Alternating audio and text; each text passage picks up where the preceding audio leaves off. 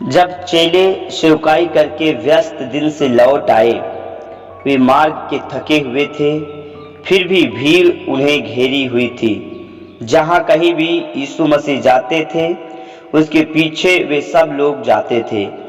अक्सर यीशु मसीह अपने स्वर्गीय पिता के साथ एकांत में समय बिताने के लिए एक शांत स्थान में अलग चले जाते थे और अपने चेलों को भी सिखाए कि उन्हें भी एकांत में समय बिताना चाहिए।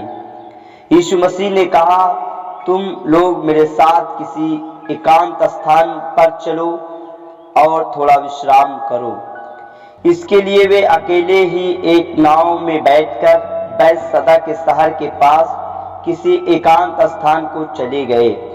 जब भीड़ ने यीशु और चेलों की नाव को उस दिशा में जाते देखा, तो वे समझ गए कि वे कहाँ जा रहे हैं। वे शहर के कोने कोने से निकलकर बैतसैदा को निकल पड़े। जब तक कि उनकी कश्ती पहुंचती, भीड़ वहां पहले पहुंच गई। वे उन शानदार चिन्हों को देखना चाहते थे जो यीशु मसीह किसी बीमार को चंगा करके दिखाता था। यीशु मसीह जो आराम चाहते थे, वह उन्हें उस दिन नहीं मिल सका। जब यीशु मसीह तट पर गए, उन्होंने बड़ी भीड़ देखी और उनके लिए बहुत दया आई। वे बिना चरवाहे के भेड़ों जैसे थे। जिन धार्मिक अगुओं को उनकी अगुवाई करनी चाहिए थी, वे असफल रहे। यीशु मसीह ने उनका स्वागत किया और परमेश्वर के राज्य के विषय में उन्हें बताया, और जिन्हें चंगाई की आवश्यकता थी, उन्हें यीशु मसीह चंगा किया।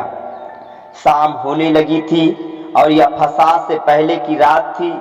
यह मिस्र के फिरौन से हजारों साल पहले यहूदियों की मुक्ति होने में मनाया गया एक महान पर्व था। जब दिन ढलने लग रहा था, तो वे 12 चेले यीशु मसीह के पास आए और बोले, भीड़ को विदा कर, ताकि वे आस-पास के गांव और घरों में जाकर भोजन पा सके, क्योंकि हम लोग यहाँ सुनसान स्थान में हैं। यीशु मसीह ने फिलिप्पुस से कहा, इन सब लोगों को भोजन कराने के लिए रोटी तुम ही लोग दो। यीशु मसीह ने यह बात उसकी परीक्षा के लिए कही थी, क्योंकि वह तो जानता ही था कि क्या करने जा रहा है। फिलिप्पुस ने उत्तर दिया, 200 चांदी के सिक्कों से भी इतनी रोटियां नहीं खरीदी जा सकती, जिनमें से हर एक आदमी को एक निवाले से थोड़ा भी ज्यादा मिल सके।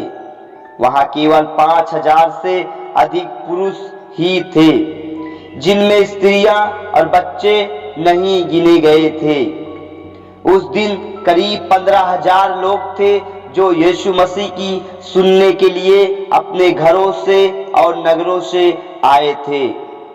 यीशु मसीह के एक दूसरे शिष्य सिमोन पतरस के भाई अंद्रयास ने कहा, यहाँ एक छोटे लड़के के पास जौ की 5 रोटियां और 2 मछलियां हैं, पर इतने सारे लोगों में इतने से क्या होगा।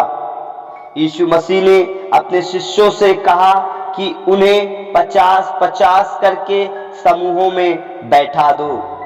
उस स्थान पर अच्छी खासी घास थी, इसलिए लोग वहां पर बैठ गए। ये लोग लगभग 5000 केवल पुरुष थे। फिर यीशु मसीह ने रोटियां ली और धन्यवाद देने के बाद जो लोग वहां बैठे थे उनको परोस दी। इसी तरह जितनी वे चाहते थे उतनी मछलियां भी उन्हें दे दी। वहां जितने भी लोग मौजूद थे, उन्होंने पेट भर भोजन किया। जब उनके पेट भर गए, यीशु मसीह ने अपने शिष्यों से कहा कि वे अब जाकर बचे हुए टुकड़ों को इकट्ठा कर ले, ताकि कुछ बेकार ना जाए।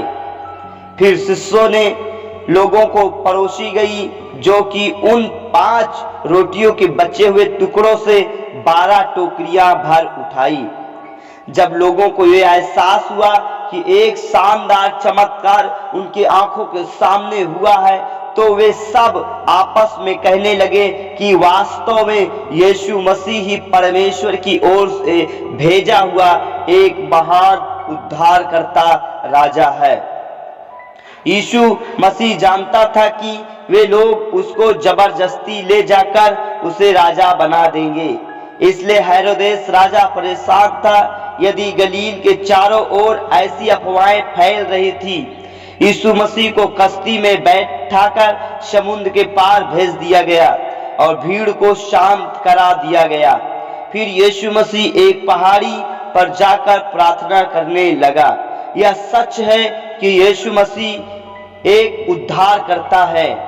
आमीन। प्रभु यीशु आपको आशीष दे। मेरे प्रियो, आप इस वीडियो को ज़्यादा से ज़्यादा देखें, लोगों के पास शेयर करें, इस चैनल को सब्सक्राइब करें ताकि ऐसी कहानियाँ आपको प्रतिदिन मिलती रहें और उससे सीखकर परमेश्वर की महिमा आप करें। आमीन।